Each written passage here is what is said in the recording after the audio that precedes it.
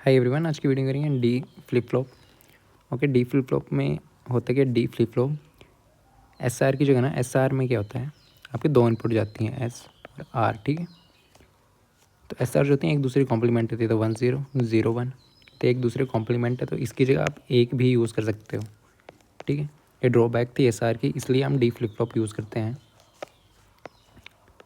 ठीक, तब truth table पर मालूम होना चाहिए, ट्रुथ टेबल किसका, एस आर फ्लिप फ्लॉप का। ट्रुथ टेबल क्या होता है, ठीक है, यहाँ पे आपके पास इनपुट क्या थी एस आर में, क्लॉक था, एस आर था। ठीक है, क्लॉक एस आर और क्यू एन प्लस वन। ठीक है, जब क्लॉक ज़ीरो होगा तो एस आर की कुछ भी वैल्यू हो तो मेमोरी में स्टोर हो जाता है। ठीक है, फिर देन केस थे आपके पास, 4 केसेस हैं। ठीक है, 1 1 1 1 0 0, इसमें तो इनवैलिड आएगा। ठीक है, इसमें भी मेमोरी में स्टोर हो जाएगा, यहाँ पे मेमोरी में स्टोर होगा, और ये 0 और 1। ठीक है, तो यहाँ पे दो केसेस में ये हो रहा है, तो 0 1 इसका कॉम्प्लीमेंट है। देखो एस आर एक दूसरे का कॉम्प्लीमेंट है, जब एस की वैल्यू 0 है तो आर की वैल्यू 1 है, कॉम्प्लीमेंट एस की वैल्यू 1 है तो आर की वैल्यू 0 है। तो ये देख के एस आर क्या है, हमेशा कॉम्प्लीमेंट है, S R R always complement. ठीक है, टू ईच अदर, ठीक है, इस केस में एस आर में, इसलिए क्या करते हैं डी फ्लिप फ्लॉप में डी से डाटा एक ही ले लेते हैं। ठीक है, इनपुट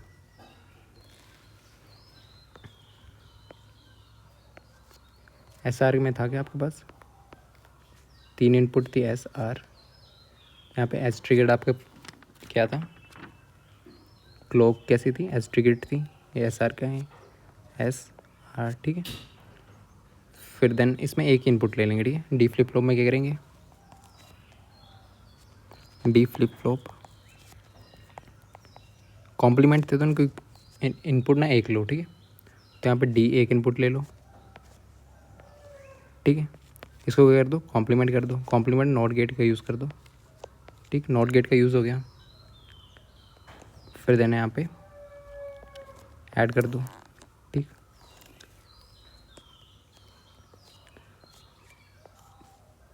ये क्लॉक है आपके पास। ठीक है, नॉर्मल एस आर बिहेव करेगा ये, और ये क्यू क्यू एन, ये आपके पास कैसा बन गया,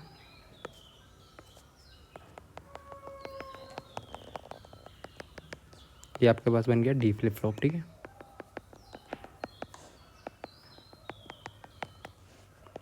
डी फ्लिप फ्लॉप। ओके, इसको डिनोट कैसे करते हैं, और इस पूरे जो ना डॉटेड में है इसको डब्बे में ले लो। ठीक, क्लॉक और आपके पास डी। ठीक, आउटपुट क्यू एन बार। ठीक,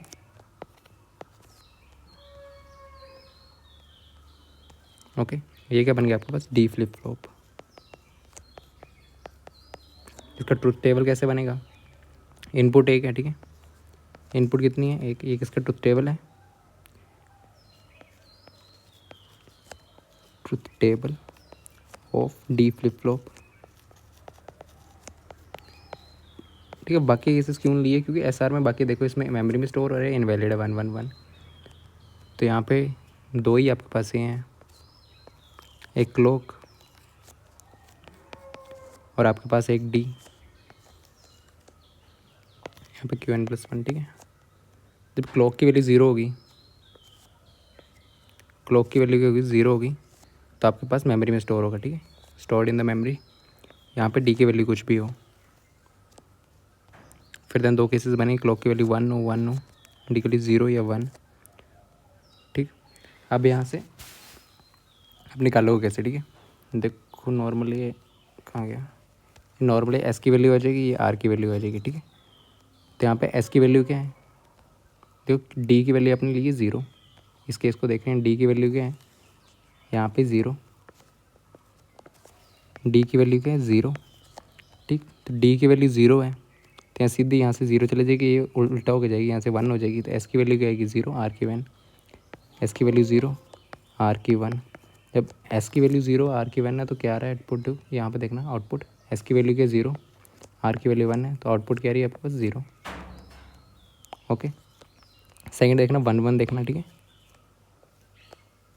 डी की वैल्यू क्या है 1, तो एस की वैल्यू क्या आ जाएगी आपके पास 1, आर की वैल्यू 0, ठीक है।